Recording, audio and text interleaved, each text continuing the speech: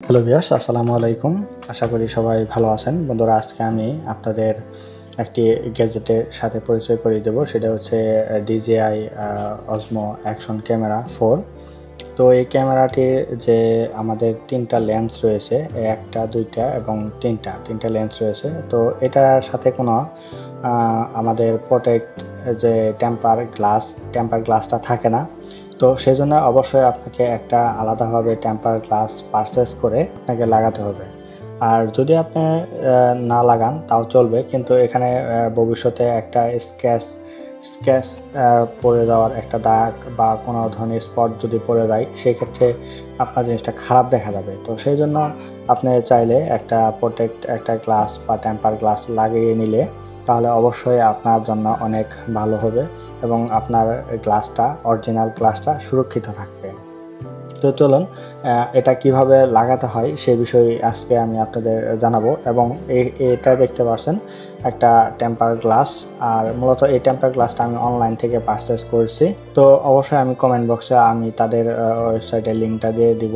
অবশ্যই আপনারা সেখান থেকে আপনারা দেখে নিতে পারবেন এবং আপনারা চাইলে পারচেস করতে পারবেন। অবশ্যই এই টেম্পার গ্লাসটা আপনার তিনটা গ্লাসে এখানে আছে এবং ওয়াশ করার জন্য যাবতীয় যা কিছু প্রয়োজন সব কিছুই আপনার এই বক্সে পেয়ে যাবেন। তো এটা এই বক্স হিসেবে আসে। তো বন্ধুরা, আমি এটা আনবক্সিং করে এবং এর ভিতরে কি থাকে সব বিষয়গুলো আমি আপনাদের দেখানোর চেষ্টা করব এবং এটা কিভাবে লাগাতে হয় সেই প্রসেসটাও আমি আপনাদের দেখানোর চেষ্টা করব। তো অবশ্যই ধৈর্য সহকারে শুরু থেকে শেষ পর্যন্ত ভিডিওটি দেখার অনুরোধ রইল। তো বন্ধুরা, আমরা প্রথমেই আমাদের যে বক্স রয়েছে সেই বক্সটি আনবক্সিং করে নিব।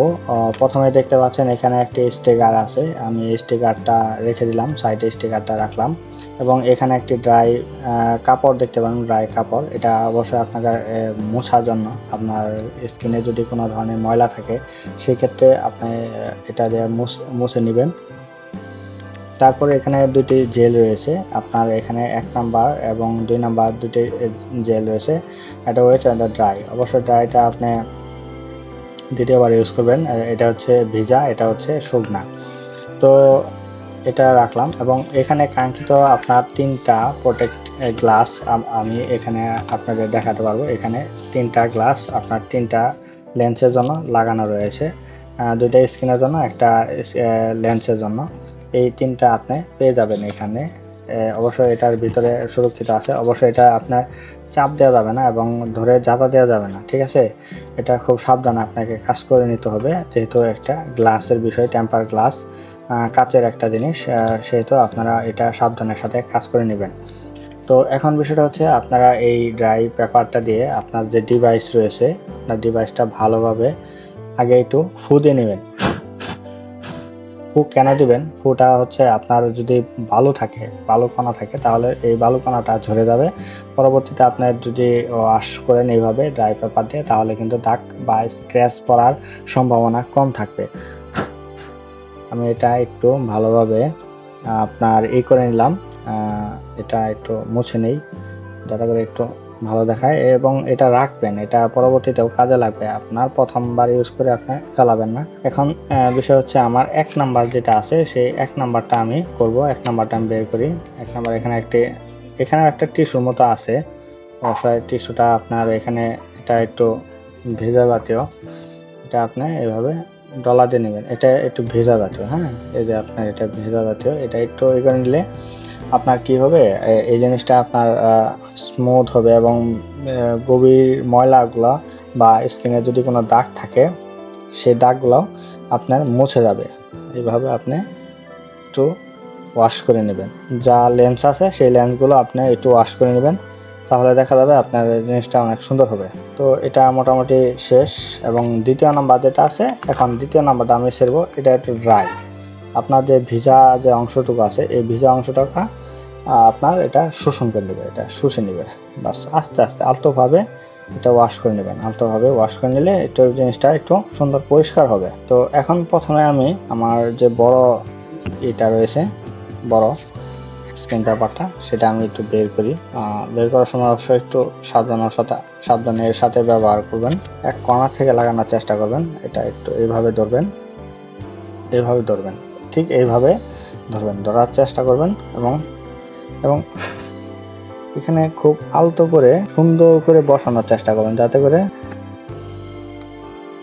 জাস্ট সাবধানের সহিত। খুব সুন্দরভাবে লেগে গেছে। আসলে আমি এটা প্রথমবার লাগাচ্ছি, এরপরেও মোটামুটি আমার সুন্দরভাবে লাগছে। আমি ট্রাই করলাম প্রথমবার, এরপরেও খুব ভালোভাবে চমৎকারভাবে মিলাইতে পারছি, লেগে গেছে। এখন দ্বিতীয় নাম্বারটা আমি এই অংশটা লাগাবো। এটা আমি এটা উপরে রাখলাম এবং দ্বিতীয় অংশটুকু আমি একটু বের করি। দ্বিতীয় অংশটা আমি বের করলাম এইভাবে। ঠিক সেম পদ্ধতি, আপনার সেম পদ্ধতি অনুসরণ করবেন, সাবধানের সাথে লাগাবেন। প্রথম একটা কোণার আপনি শুরুতে বসানোর চেষ্টা করবেন। বাস, ওকে, লেগে গেছে। এটাও লাগানো শেষ। এটা অবশ্যই খুব সাবধানের সাথে লাগাবেন। এটা যেন একটু মিল মতো লাগে, এটা একটু খেয়াল করবেন।